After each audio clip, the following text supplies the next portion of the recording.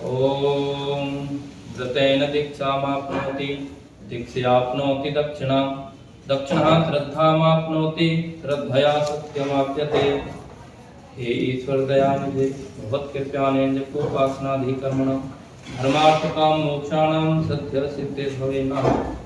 विद्यागदापि विनयं विनयात् याति पात्रतां पात्रत्वात् धनमाप्नोति धनात् धर्मं ततः सुखम्। नमस्कार आप सभी को। आज की इस चर्चा का विषय है कि हम अपने जीवन को उसके लक्ष्य तक कैसे पहुंचाएं। हमारे जीवन का लक्ष्य है पुरुषार्थ चतुष्ट धर्म अर्थ काम मोक्ष की सिद्धि करना ही हमारे इस मानव जीवन का लक्ष्य है। तो आज इस विषय में हम चर्चा करेंगे। धर्म किसे कहते हैं, अर्थ क्या है हमारे जीवन में, किन कामनाओं को हमें पूरा करना चाहिए जिससे हमारा शरीर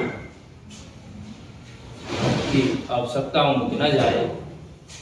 जो कामना हमारे शरीर की आवश्यकताएं मानी गई हैं और इनसे हम कैसे छुटकारा पाएं, निर्लिप्त लिप्त होकर आसक्ति ना रहे, निष्काम भाव हो जाए, धर्म के मार्ग पर चलें, अर्थ के स्वरूप को जानें। ये सब बातें आज बताई जाएंगी।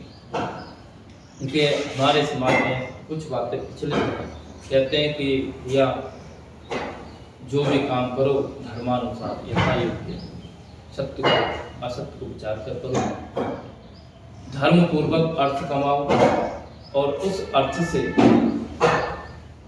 सभी का ख्याल रखते हुए दान आदि करके पुण्य कर्म करते हुए धर्म कमाओ और कुछ हिस्सा जो है अपनी भोगों में इच्छाओं में कामना पूर्ति में लगाओ। और ये भी कहते हैं कि धन से ही धर्म किया जाता है और इच्छाएं पूरी होती हैं।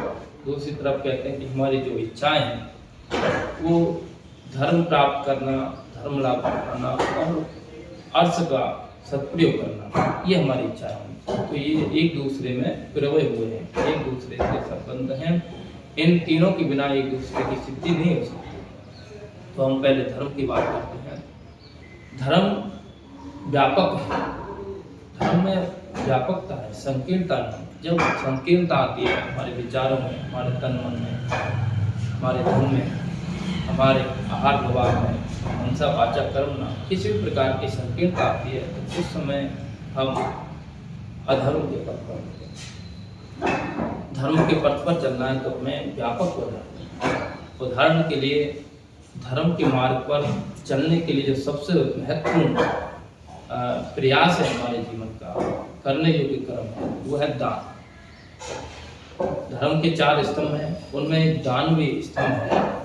तो दान कहते हैं कि समाज के लिए, अब समाज व्यापक होता है, बहुत बड़ा समाज है, राष्ट्र बहुत बड़ा है, तो समाज के लिए जो हमारा क्या कर्तव्य है उस कर्तव्य को समझकर समाज के लिए कुछ सेवाएं, कुछ द्रव्य और कुछ त्याग आदि जो हमारा विचार होना चाहिए उसके लिए हम दान दें अपनी सामर्थ्य के अनुसार, वित्त अनुसार, बजट अनुसार और बोध अनुसार। विद जाने विद लाभे विसंताय आदि जो वेद कह रहा है कि भाई ज्ञान पूर्वक आप कार्य करो, बुद्धि पूर्वक। तो हमारी जो बुद्धि है, सामर्थ्य है, जानकारी है, उसके अनुसार हम जब दान करते हैं तो वो दान समाज के रूप में होता है। और दान अगर देते भी हैं, आज देखिए हमारे पास वस्त्र आदि और ये श्वास ले रहे हैं, भोजन कर रहे हैं, ऐसे बहुत पदार्थ हैं जो हमें प्रारंभ में दान रूप में हैं। चाहे वो माता पिता से मिलो, गुरु से मिलो, आचार्य से, राजा से, प्रजा से, हमारे अड़ोसी पड़ोसी, जहाँ से भी हमें जो कुछ पेड़ पौधे और ये सारे प्रकृति ब्रह्म पिता परमात्मा ने हमें जो कुछ भी दिया है वो सब दान ही तो दिया, बदले में थोड़ी ना कुछ दिया। तो जिसमें बदले में कुछ ना लिया जाए, केवल जो है परोपकार में, धर्मार्थ में, दूसरे के हित में दिया जाए, चाहे वो सेवा हो, चाहे कोई वस्तु हो, चाहे विचार हो, चाहे मन का एक शुभकामना हो, आशीर्वाद हो, वो सब दान किस। तो हमें धर्म के लिए दान करना चाहिए। और धर्म को बढ़ाने के लिए जो दूसरा साधन है वो दक्षिणा है। हम दक्षिणा को समझें कि वास्तव में दक्षिणा क्या है। इस संसार में कोई भी सेवा, कोई भी वस्तु, कोई भी विचार या मानसिक या शारीरिक कोई भी चीज़ अगर हम चाहते हैं तो वो बिना मूल्य के नहीं है। हम सोचते हैं कि ये चीज़ हमें मुफ्त में मिल जाए तो उसका लाभ हम नहीं उठा सकते। वो अगर चीज़ मुफ्त में मिल जाती है तो हम ऋणी होते हैं, और ऋणी होना अपने आप में परतंत्र होता है। जब हम स्वतंत्र होकर कार्य करते हैं उस समय हम धर्म के पथ पर आगे बढ़ते हैं। तो इसलिए कहते हैं कि हम ये जो कार्य कर रहे हैं धर्म लाभ के लिए, ये बिल्कुल स्पष्ट हो, बिल्कुल तय कर लें, बिल्कुल आप फिक्स कर लें कि हम जो ये कार्य कर रहे हैं ये धर्म लाभ के लिए कर रहे हैं, ये अर्थ लाभ के लिए कर रहे हैं, ये कामों की पूर्ति के लिए कर रहे हैं, ये सब चीज़ से छुटकारे के लिए कर रहे हैं, अपने को स्वतंत्र करने के लिए कर रहे हैं, ऋणों से मुक्त होने के लिए कर रहे हैं। तो हमारा किया हुआ कार्य अपने अपने लक्ष्य तक पहुँचता है। अगर आपने किसी से कोई सेवा ली है, कोई वस्तु ली है, तो उसका मूल्य चुकाना पड़ेगा। ऐसा आप करते हैं तो आप धर्मानुसार अर्थ का सदुपयोग करते हैं, आप अनर्थ नहीं करते। अगर आप सही उचित मूल्य नहीं देते किसी की सेवा का, किसी वस्तु का, तो आप कहीं ना कहीं अधर्म कर रहे हैं, अनर्थ कर रहे हैं। धर्म और अर्थ का आपको बोध है, तो इसलिए हमें दक्षिणा को समझना होगा। जैसे हम हवन करते हैं और उसमें आहुति देते हैं और स्वाहा नहीं बोलते तो हमारा वो जो हवन वो निष्प्राण होता है, आत्मा से रहित होता है। स्वाहा वही जैसे आत्मा, क्योंकि कहा कि अग्नि की जो पत्नी है, अग्नि की जो शक्ति है वो स्वाहा है। तो जब हम स्वाहा बोलते हैं अपना समर्पण करते हैं। दक्षिणा दो प्रकार की होती है, एक द्रव्य की दक्षिणा और एक श्रद्धा की, पात्रता की, विद्या की, समर्पण की दक्षिणा होती है। क्योंकि इस संसार में सभी व्यक्ति जो अपनी सेवाएं देते हैं वो सब तो द्रव्य के लिए नहीं देते, धन लाभ के लिए सेवा नहीं देते, कुछ धर्म लाभ के लिए, परोपकार के लिए भी सेवा देते हैं। तो ऐसा व्यक्ति जो परोपकार के लिए अपनी सेवाएं दे रहा है, साधु संत है, जिसने विरक्त हो चुका है, आसक्ति नहीं है, जिसके अंदर कामना की इच्छा नहीं है, वो व्यक्ति आपको सेवा क्यों देगा। और अगर वो सेवा दे रहा है निष्काम भाव से, धर्म लाभ के लिए, पुण्य कर रहा है, आपको परोपकार कर रहा है, दान कर रहा है, तो आपको भी चाहिए आपको दक्षिणा उसको दे, आप मुक्त में डालें उससे कोई भी सेवा, उससे ज्ञान भी, विद्या भी मुक्त में डालें। हाँ, ये बात अलग है कि उसको दक्षिणा में क्या द्रव्य दे, वस्त्र, आभूषण दे, आप उसको दक्षिणा में वही देना चाहिए जो उसको प्रिय है, जिससे उसकी विद्या, जिससे उसका तप योग बढ़े घटे। तो आपको चाहिए कि उसको दक्षिणा में श्रद्धा दें, समर्पण दें,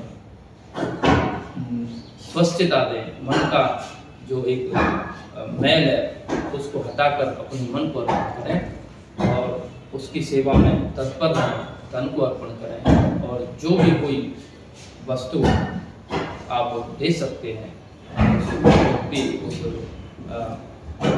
पदार्थ के लिए, ये जो प्रकृति आप देख रहे हैं, ये प्रकृति भी तो हमें दे रही है, तो क्या हम इसको कैसा दें। परंतु पेड़ को क्या आवश्यकता है, जल की आवश्यकता है, भूमि को किस चीज़ की आवश्यकता है, अगर हम वही चीज़ उसको देते हैं तो हम जो है उसका मूल्य, कुछ मूल्य दे पाते हैं और पूरे उसके ऋण से ऋण हो पाते हैं। तो हमारा धर्म सिद्ध होता है, हमारा कार्य धर्म में उन्नति कराता है, पुण्य बढ़ता है। और हम अर्थ को अगर फिक्स करें, अगर आप कोई भी कार्य जीविका के लिए, अर्थ कमाने के लिए और अपने काम को समाज में बढ़ाने के लिए करते हैं, तो आपको अपना अर्थ फिक्स करना होगा, सुनिश्चित करना होगा और आप उसमें ईमानदार रहें। और उसमें क्योंकि अर्थ से बढ़ता है, दान अगर आप करेंगे अर्थ का, अपनी सेवाओं का, तो उससे धर्म बढ़ेगा, अर्थ नहीं बढ़ेगा। तो आपको अर्थ बढ़ाना है तो उसका एक व्यवस्था करनी पड़ेगी, हिसाब किताब करना पड़ेगा, तब जाके अर्थ बढ़ेगा। और कामनाएं, तीसरा जो पुरुषार्थ है कामना। आप अपनी कामनाओं की पूर्ति चाहते हैं तो अपने तन मन धन से जो है जो धार्मिक लोग हैं, धर्म के पथ पर आपके बड़े हैं, सम्मानित हैं, उनके प्रति श्रद्धा आदि रखकर उनसे जो आशीर्वाद मिले उसके अनुरूप अपनी इच्छाओं को पूर्ति करें। और जो इस संसार में पदार्थ प्रकृति के, उससे जो वस्तु आपको मिल रही है आपके अधिकार से, आपके जितनी आवश्यकता है उससे अपनी इच्छाओं को पूर्ति करें। और जो आखिर में बचा मोक्ष मार्ग, उस पर आप आगे बढ़ें।